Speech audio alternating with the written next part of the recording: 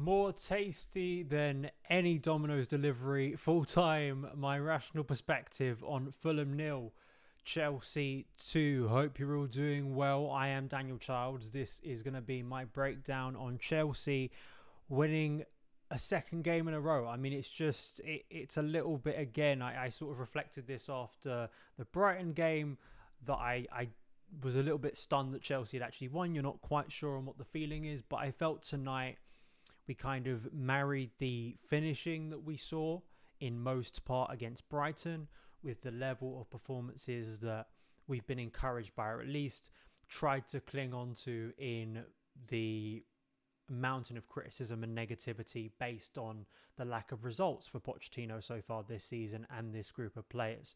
Please do, if you're watching, hit that like button on the stream. Really helps more Chelsea fans find the content. Hopefully, with things starting to improve under Pochettino, please share the stream. If you are listening on the podcast later on, please do give us a positive rating review. It really does help the show out.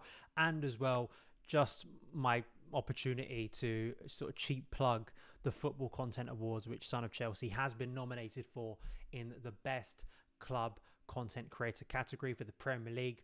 Link in the description box below. You can go and vote for Son of Chelsea there. So we're going to start off with, I think, looking at the team, which for me was, I sort of had some pros and cons against this, but when we sort of couple it with what we actually saw on the pitch, of course, you're going to be majorly positive by what we saw from Chelsea tonight. But given the mountain of injuries Chelsea have currently, I felt really positive, or at least a lot more optimistic about this starting 11 than maybe others had. I felt that, firstly, I've got that wrong there. I think that's actually Ian Maatsen was not at left back. It was actually Levi Colwill, and Thiago Silva was there instead. We'll go to the main cam for now. I'll try and get the right. That's a little bit embarrassing. I put the Ian Maatsen in there. Maybe that's just personal bias. That was going to be my team selector. But anyway, we had the starting 11. Robert Sanchez, Marc Cucurella starting at right back. I think a lot of us suspected that to be the case given the injuries, the suspension to Malo Gusto. Then we had Axel Disasi and Thiago Silva in the back two. And then, of course, we had Levi Colwill at left back. My criticisms about that so far this season, but we will get to that because Levi was sensational. One person in the comments already saying he was your man of the match. Who was your man of the match? I'm quite interested to hear, because luckily there were quite a few candidates for that tonight. I have a different one, and I think I'll explain why I've given this person man of the match, because I think he absolutely deserves it.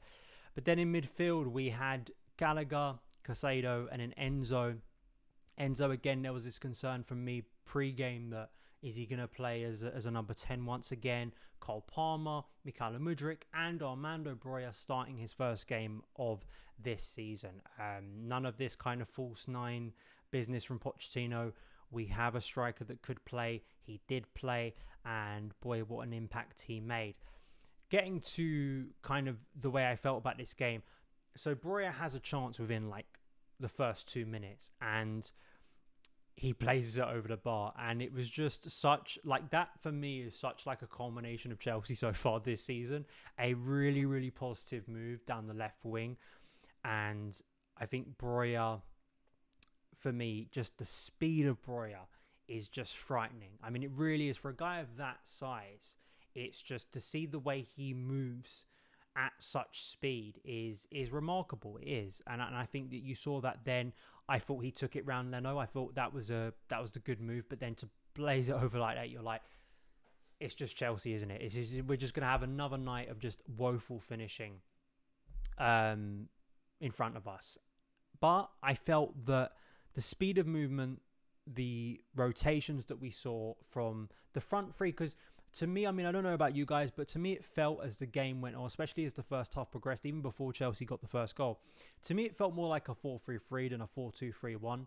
It felt to me much more like that, because I felt Gallagher was much more advanced today. It felt like Caicedo was definitely the deepest of the three midfielders, and Enzo was definitely more playing as an 8 than a 10, and I think that helped Chelsea. I think that helped to have those central midfield, and also the fact that Fulham tried to press Chelsea a lot.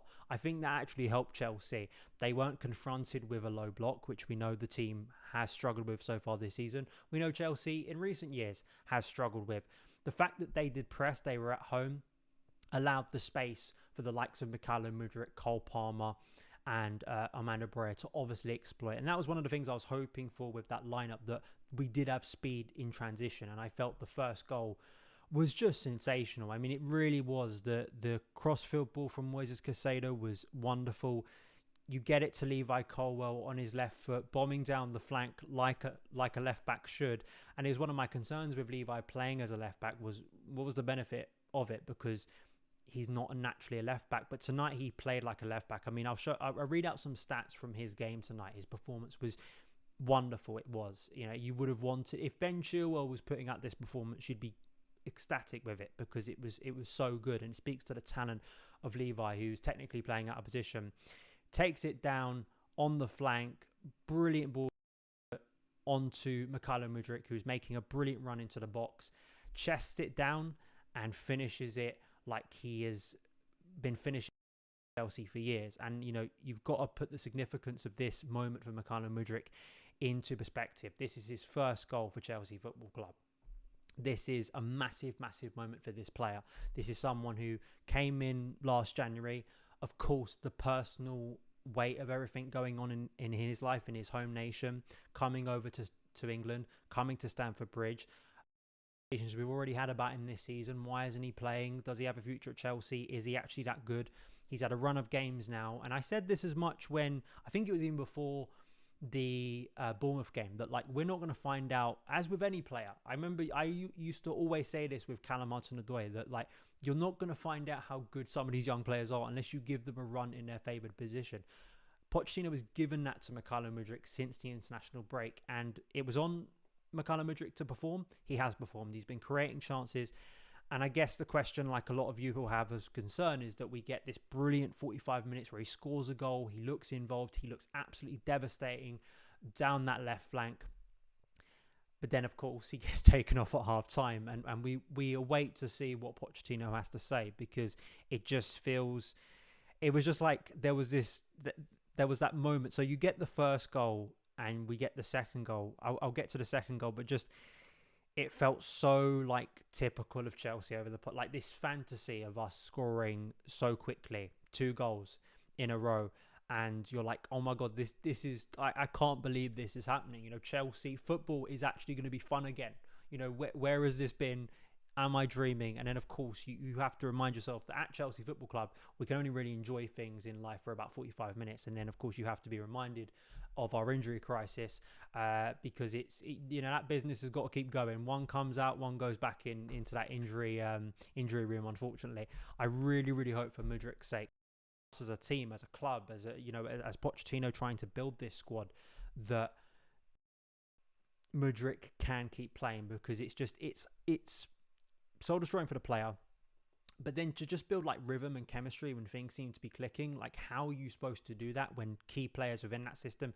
Poch has already had to scrap like 3 attacking plans, or at least 2 if we think about it. You know, he's had to scrap the one he had with Christopher Nkunku during pre-season, then when he got injured had to go to Karnichuk, then had to go to a third one that included Ben Chilwell playing further up the pitch. Whatever you think about that, arguably he's had to scrap that one, maybe because of, it not really working, but also now because Ben Chilwell was injured too. It's nightmare after nightmare, and I just really hope for Mudryk and for Pochettino that'll be fine. But you get the first goal and then barely kick off and we're in again, and it was brilliant to see just the intensity of Chelsea's press. This is something that absolutely has improved since Mauricio Pochettino has taken charge. This is one of the things that was kind of just expected, that Chelsea's kind of game. We knew that the energy, we knew that the pressing, that was kind of a non-negotiable, really. Is that you just knew it was going to be a part of what Pochettino was going to bring. But what I liked about that move as well was Cole Palmer's involvement in it. Just a really, really quick pass. I mean, the amount of times I've seen Chelsea get into really, really promising positions and just either a player decides to take a wayward shot or decides to take a stupid touch that he doesn't need to do just so quickly into the feet of Armando Broja. Yeah, sure, he gets a little bit fortunate in the fact that it isn't like he's taken it on and finished it himself. It has, a challenge from Tim Ream, who initially made the mistake, has gone back onto Broja's foot and then below burnt. No, but listen, they all go in, they all count, and I think it was absolutely wonderful to see that Broja got the goal that I think his overall performance deserved.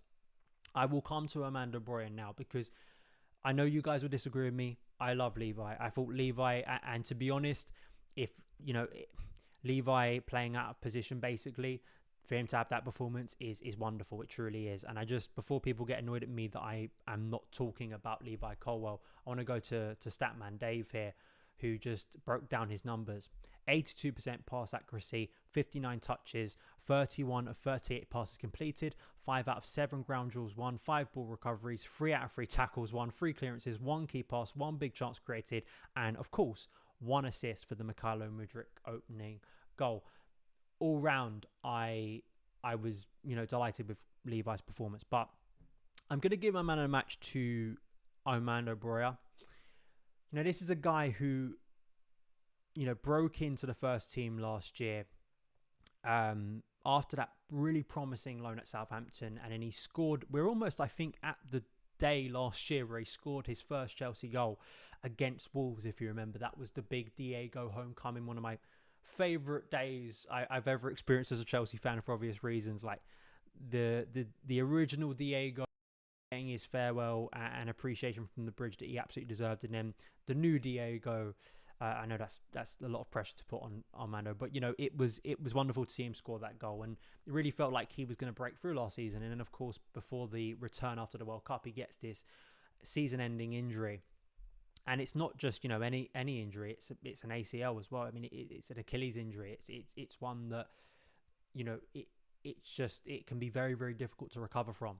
And the fact that he has come back and he starts his first Premier League game, Chelsea haven't won a Premier League game since that Luton fixture back in August. I mean, there is pressure here. Even though we felt positive about the Brighton win, you look at the table, you look at the fact that there are other teams in the league now starting to do well. Luton, I think, before tonight were only a point behind us because they won, of course, at the weekend against Everton. So there was pressure. There was pressure not only on Broja, but, as a striker, Nicholas Jackson, of course, out of the team. And I thought just all round Broja, his physical presence is obvious. I think as a focal point, he offers something to Chelsea that we just haven't had. You're able to hit the ball quite direct to him if you need to get out of a press, if you need to just for something to stick. I think he doesn't look that. I think a concern from some people when they watched him at Southampton, where he was scoring a lot of goals on the break, that you come into Chelsea and maybe you don't look as comfortable with the ball. With the goal basically, and then when you're sort of not facing the goal, the ball has to come to your feet. You're crowded out. How do you deal with that? There's still a long way to go, obviously, and I'm not sitting here and obviously telling you that Armando Broja is the finished article. Of course, he isn't. But I felt tonight just all round his speed. His speed is frightening. His speed in tight areas too. There were several moments where he could have set up some goals, more than the ones that Chelsea eventually scored in the game. I felt that he just looked sharp. I think he looks like, and to be honest, this is a credit for Cole Palmer too, because Cole Palmer seemed to be gaining a connection with him too. I think that's credit to Cole Palmer, who looks already to be quite involved in what Chelsea are doing. So, and just the fact that Broja stayed on for that long and looked so energetic, and again had to come off eventually, but that is just the strength of character. I think says a lot about Broja, and I think it's wonderful that we have Broja, we have Jackson, maybe two of them, they could play together at some point this season. I'd like to know your thoughts, whether you would like to see that. But all round, very, very happy with what I saw from Armando Broja tonight. And of course, with Mudryk. So after the half-time, the thing I can say about the second half was it did feel very Mourinho-esque. I mean, it did hark back to those days where Chelsea would basically shut down the game. We're not playing any more football. There, of course, was the Ian Maatsen chance. Ian Maatsen, Mudryk at half-time hit the post. There are a few moments on the break, but Chelsea very much keeping Fulham at bay. Other than that chance late on, which I felt Sanchez saved well. It was a bad finish, but it was still a decent save. I thought defensively, Chelsea looked very, very solid throughout the game. Fulham are a tricky team. They're a well-coached team. They have technically good players like Joao Paulina in central midfield. They've got players like Harry Wilson, who I think on his days is very, very talented. Willie Antu, very experienced player that we know a lot about, scored against us obviously last season. And of course, we lost at Craven Cottage last season. But I felt the way the team just managed that second half, it was like, we're getting this win. We're not going to try and go out there and score 3, 4, 5. We need to get these points in the bag right now. And it's a bit of pragmatism, but I don't think we can complain given it, if you've been someone that's, shouting and screaming that XG doesn't win football matches and, it's about results. Well, I don't think Pochettino and the players can be blamed for being a little bit pragmatic in that situation and getting the job, basically done. We're getting these points. We'll move on to the next one. And I think moaning and complaining about this result and this performance, I just think, I don't know, it still feels to me like we're in this era now where like just base level joy in watching your football team win a game isn't really there anymore. Like we have to look for ways to moan and pick at things and get annoyed that maybe a player we liked didn't perform as well, but maybe a player we don't rate as well did do well. And it's just like, I'm just happy that Chelsea won. I'm happy that Marco Correa looks to be a competent player who, out of position again, he's part of a defence that keeps a clean sheet. Even though I said that I feel that in the long term Thiago Silva won't be, in my opinion, a mainstay for Pochettino. He had probably his strongest performance of the season tonight. Levi too looked wonderful at left back. So all round, I think that we desperately needed the points. We got the points. We move on. Sure, I'd like Chelsea to finish all the chances all the time, but that's not realistic, is it? And this is something you can take a drink on the son of Chelsea drinking game, if there is one, of me saying margin for error. Like, you want Chelsea, and I'd want a football team to create a bigger margin for error in the final third, in that you don't just create one good quality chance and that's your only chance of the game, and if you miss it, you're kind of screwed. This is a team who are creating high quality opportunities on a pretty consistent basis. Another stat from tonight: Chelsea created 4 big chances tonight, the second most they have created in a single Premier League match so far this season. Chelsea are widening their margin for error. They are widening the margin for error in the final third. And my hope is, in a longer period of time, that will bear out better results than having this kind of very thin margin for error where basically you get one, 2 big chances, or not even quality chances, and you're relying on set pieces. That's, for a team of Chelsea standing and who they want to compete with in this league, they have to be creating high volume opportunities. And I think that that's the biggest thing I can feel positive about so far this season. And I do think to try and call this like some sort of hit and run performance where Chelsea just like were lucky 2-0. No, Chelsea for large periods in that first half took the initiative, created good opportunities, looked like they could break down Fulham at will. So I don't want you coming away from this and thinking that I'm somehow saying this was like luck for Chelsea. I genuinely think this was a very, very good accomplished performance from a team who I was concerned after Villa would be hit with a lot of negativity, and maybe for young players, struggling with confidence. And of course, the number of injuries we have currently is a massive, massive concern. And that is a massive concern beyond tonight. Obviously, when we look at Moises Caicedo having to go off late, when we saw, of course, Mudryk subbed at half-time. So all of those things for me, coupled together, make this an important 3 points. And you just hope they can keep rolling, right? It's that momentum, that now Pochettino can build.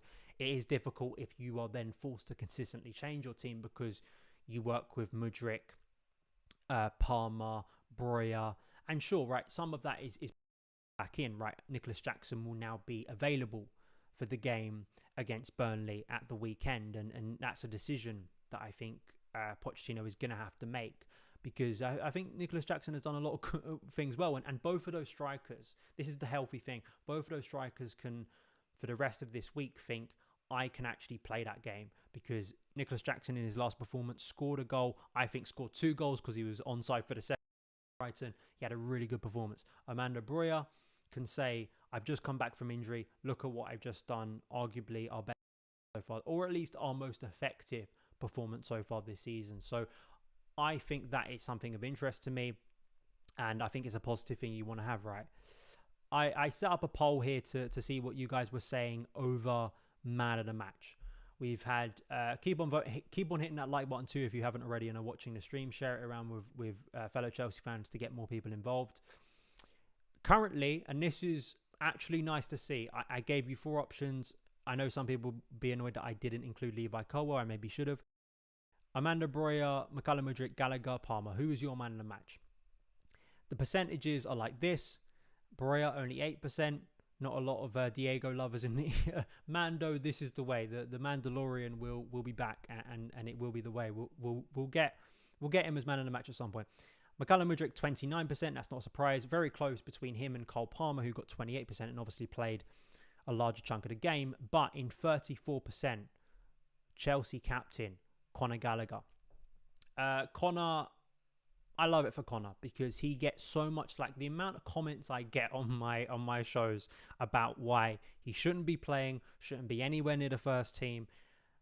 This guy is durable. This guy is a quality footballer who has come through our academy and looks also, I mean, durability is one of your greatest strengths currently in the Chelsea squad because we have so many injuries, and I love for Conor that he clearly loves Chelsea Football Club and he cares so much about this club, And if you're someone who has felt disconnected about this club over the last year, if you're someone that was frustrated with some of the players that moved on or frustrated with the lack of academy involvement, here is your guy, Conor Gallagher. I know Levi is another one. We have academy talent, obviously, that we can lean on. But Conor, I really think deserves a lot of credit here because Pochettino as well keeps on sticking with him and saying, you're my guy. And he's performing well. He adds a level of energy that this team needs, especially under Mauricio Pochettino. He does subtle things as well because at times he's had to play a deeper role than probably I would prefer him to play. I think he is a number 8. I'd like to see him get in the box in the final third, but to then have that ability to drop a little bit deeper and perform to the level he has, I think Conor deserves so much praise. I really do. I just love for him to continue to grow. And the fact that we were trying to sell him on deadline day is just absolutely farcical. And I really hope that, and it's the same with Maatsen as well, and it's the same with Trev Chalobah, who I hope will be back soon. How long is it going to take until Chelsea as a club, I'm not even talking about fans, I'm talking Chelsea as a club, realise where value is? Value comes, like it did with Armando Broja tonight as well, value comes from trusting in the academy players, because 9 times out of 10, they have proved to be, at the very least, competent backups and competent squad players that you can give chances throughout the season. They're versatile too. So Conor Gallagher, Chelsea captain, long may it continue, because I'm just really happy. And I think he deserves some flowers because he gets so much stick. And again, it's just like quite a baffling thing. I've never sat here and called Conor Gallagher the greatest footballer in the world, and there is no one like him and there is no one better than him. Obviously, that's, again, farcical point of view. He has a lot of things to improve on. I think he's a little bit rash. I think, his energy can sometimes be his, and kind of tenacity can sometimes be his biggest downfall, is he can get a yellow most games. But still, for a young player at this stage of Chelsea, where there is still a lot of pressure, he looks a mature player, and I really love that. Please do hit the like button. Please do share around this stream. We're going to stay here for a couple more minutes now. I just feel that, for Pochettino, I hope now there is a... And again, this does come back to injuries. And it's all right for me to go, we've got a base to build on now. And you want to see him, because of the lack of European football, there are these 3 weeks now for him to work on the training ground at Cobham to get the chemistry growing even further. But I just have concerns that, as we've seen in recent years, and I hope from whatever way we can try to improve the injury situation. If we can't, we can't. And, as I consistently stress, I am not a medical expert. I don't work in physiotherapy. I'm not someone who's going to sit here and tell you it's all the club's fault because players are getting injured, because we don't know that. But it's just really, really frustrating if you constantly having to rotate. Okay, you've got Raheem Sterling, you've got Noni Madueke, who's now back from injury too. It's not like there are no options. We know Cole Palmer can play out wide too, but I think for all of us, one of the key things about this season is having that, without European football, building a base for Pochettino, building an 11, a 14 group of players that he can be confident. That's the team that are going to be put out each week. That's the team we can rely on. My hope is that injuries, as they did with, say, in Motka Correa, it's not the best thing about injuries because we don't want injuries, but the best thing that happens is fringe players step up and take those opportunities and prove themselves good enough. And just even for a few games, you can rely on them. I think that's the Motka Correa situation we have seen over the past week. So I would like to think that now with Burnley, another great opportunity, because Burnley, we know under Vincent Kompany, they are a progressive team. It's not the Burnley of 2, 3, 4 years ago. I mean, Chelsea have a pretty decent record at Turf Moor, actually. There's kind of this myth around Turf Moor that back in the Sean Dyche days, it was this really horrible place to go. Chelsea actually have done pretty well. It's actually, I think we've dropped more points against Burnley at home rather than away. But obviously, this is another team who want to play on the floor, want to be progressive, want to get possession. They want to try and attack the team. If it goes similar to the way it did tonight against Fulham, where Fulham are trying to press Chelsea very intensely and we can get round that, I think that would be a real positive, and we can use the speed of whether it's Armando Broja or Nicholas Jackson, hopefully Mykhailo Mudryk, Cole Palmer. I think Cole Palmer's a set now. I think that is a guy I want in this team. I'm going to do a show this week of Cole Palmer and just looking a little bit more in depth, kind of a breakdown on what he's doing, because it's just basic things and it's not even things that always work out, but he clearly is a player that likes to try things. And that's what I love about him is that he is a player who looks for that quick pass and isn't scared to make a mistake. I think it's something that we have been frustrated by at Chelsea in recent years is this kind of sense of trepidation or just like slow play, where you don't have players who are going to take risks, and you're going to have players who at times you need players who are going to try and break out the system at times. Like, that's just the reality. As great as the rotations and the automatons as you know, the advanced attacking patterns that are now worked advance from these top coaches, you still need a bit of magic. You still need players who are going to work out of that and be able to provide moments of magic if you are coming up against a really, really solid defense. And I feel that Cole Palmer could potentially provide that. I wouldn't call any of his, passes or assists so far Cesc Fabregas, against Burnley or something like that. Like, it's not like, how did he do that? But they are of a high quality, and I think these are very good traits to have. So those are my thoughts about the game. I think that we hope things can get even better, but then, to go into Burnley and to feel optimistic, to have a second clean sheet in a row, to look at Robert Sanchez, who I think is commanded his box as well. I think the relationship between him and his defence looks to be getting stronger. And that's been the case since the Bournemouth game, when there was a lot of harsh criticism on Robert Sanchez in the opening weeks. I think that he and that defence look to be growing. And to be fair to Pochettino, he is trying, I think, in his best with these injury problems to keep consistent. He's keeping Conor Gallagher in the team as much as he can. He's keeping Enzo Fernandez in the team. Moise Caicedo now, as much as he can, looks set. Axel Disasi has played a lot of football so far this season. So has Thiago Silva. So has Levi Colwill. So I think as much as he can, he's trying to have a set spine of players that he can rely on and grow that chemistry. So I'm hopeful that once, and if we can avoid more injuries, you get more options. There's freedom, and from an attacking point of view, those players can continue to work together and grow in confidence, because you could see it after the first and second goal. There was confidence there. It was growing. It was getting better, and that's something to be really, really optimistic about. I'll be back tomorrow, probably either a breakdown looking at Cole Palmer in more in depth, or an added time. I probably want to do an added time answering your questions. Please do follow me on Twitter or X, whatever you want to call it, at SonOfChelsea, and also go to my YouTube community page. I may drop it tonight, but probably more likely tomorrow I will drop a question request. That's where you can get your questions in for this week's added time. Just doing it a little bit later because obviously the game was tonight. So there we go. Follow me on all the socials. You can get those links down below. Thank you for watching. Thank you for listening. And I will see you again very soon. All the best.